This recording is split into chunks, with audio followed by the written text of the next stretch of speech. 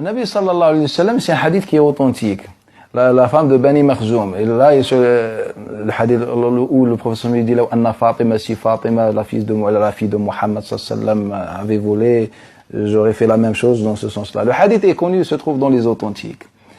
Et Nabi sallallahu alayhi wa sallam, pour comprendre en vérité, je vais raconter un récit dans l'époque de Omar ibn Khattab pour comprendre l'agissement de Nabi sallallahu alayhi wa sallam, la réaction prophétique. L'imam Malik nous rapporte d'après Hisham ibn Urwa, d'après son père Urwa ibn Zubayr, d'après Yahya ibn Abdurrahman ibn Hatib, Abi Hatib, d'après son père Abdurrahman ibn Hatib. Il dit, des servants de Hatib ibn Abi Balta'a, le grand-père, ont volé une bête d'un homme de Muzayna. Concentrez-vous avec moi. Ils ont voulu voler une bête d'un homme de Muzayna. Et puis donc on les a arrêtés, on les a ramenés à Omar ibn Khattab. Et Omar ibn Khattab va contacter Abdurrahman ibn Hatib. Et ils ont reconnu ce qu'ils ont fait. Ils ont dit, c'est nous.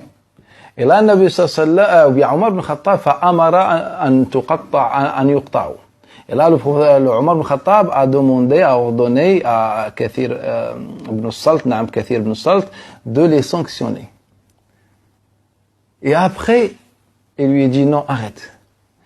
Inni la a'lamu, je sais. Inni la a'lamu anna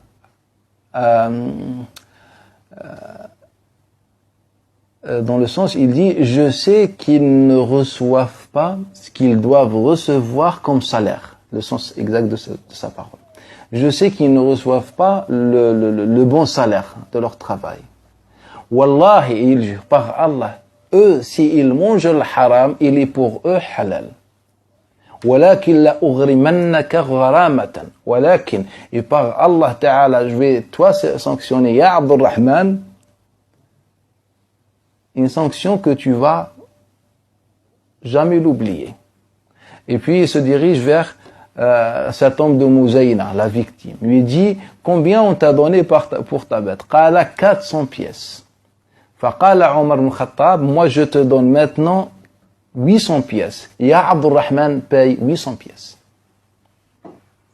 La valeur de sa bête c'est 400. Et Omar ibn Khattab, pour qu'il paye l'autre plus, il lui dit, je te donne 800 pièces, donc maintenant tu as une proposition, donc toi, ya Abdurrahman, tu es sanctionné à donner 800 pièces à cet homme.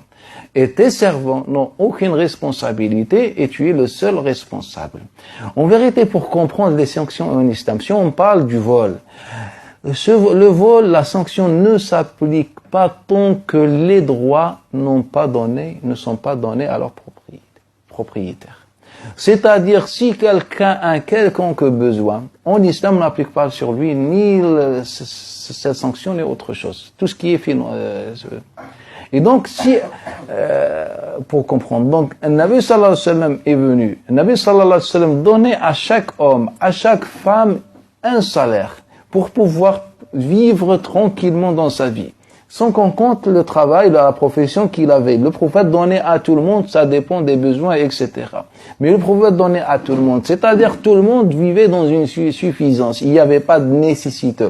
Il n'y avait pas...